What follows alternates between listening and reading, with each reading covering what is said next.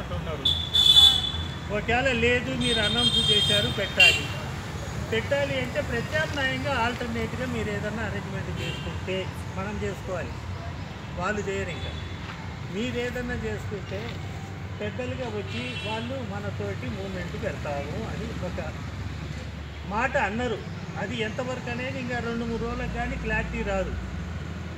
వాళ్ళు ఎట్టనైనా కొద్ది గొప్ప మన మీద వాత్సల్యం ఉంటే మన వెనక తూట్లు కొలిసే వాళ్ళు కూడా మన వర్గం వాళ్ళే కొంతమంది ఉన్నారు. అది కాదు, వాళ్ళు ఎక్కడ పొడసాలనో బల్లెం అక్కడనే పొడుస్తున్నారు. అంటే ఇది తరతరాలుగా వస్తున్న ఇదే మనతోటి.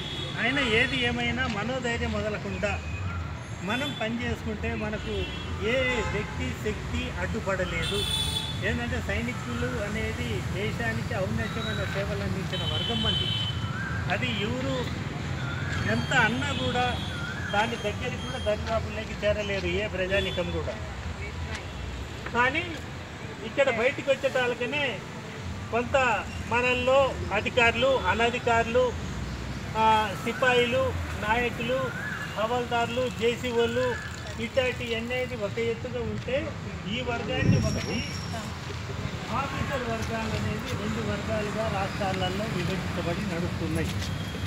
దీని మీద అన్ని విధాలైనటువంటి లాభాలు పొందింది ఒక ఆఫీసర్ మాత్రమే.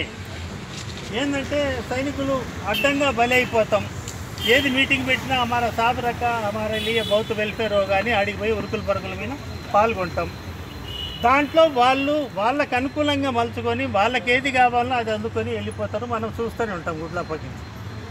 అంటే ఈ విధంగా జరుగుతున్న ప్రస్తుత పరిస్థితిని మనం ఏమనుకున్నాం, హైదరాబాద్లో దాదాపు 52,000 చిల్లర మాజీ సైనికులు ఇక్కడ ఉన్నాం. ఏది ఎన్ని రాష్ట్రాలు ఉన్నాయో అన్ని రాష్ట్రాలకు సంబంధించిన సైనికులు ఇక్కడ ఉన్నాం. కానీ యూనిటీ ఐకమత్యం లేక మనం బలహీనపడి ఉన్నాం. లేదంటే రాజకీయాలలో మన వాళ్ళు ఉండాలి, ఎమ్మెల్యేలు ఉండాలి, ఎమ్మెల్సీలు ఉండాలి,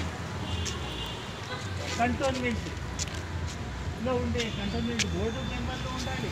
ఇన్ని విధాలైన వ్యక్తులు మనల్ని ప్రజాప్రతినిధులుగా మన సమస్యల మీద పోరాడే వర్గం ఉండాలి. కానీ అది మనం కల్పించలేకపోయాం. ఏంటంటే నా ఇంట్లో గడిచి నేను బయటపడితే చాలని నేను అనుకుంటా, ఆయన కూడా అట్టనే అనుకుంటాడు. సరేనా నాకెందుకు ఈ తలకైనా పెడతా, మై మేరా ఫ్యామిలీ జీ సకే చల్ సాలే మర్నేదో పోయి అన్నట్టు మనం నడవటం వల్ల మనం ఈనాడు మన కుటుంబాలను ఎలాంటి సంక్షేమాలు అందించలేక మనం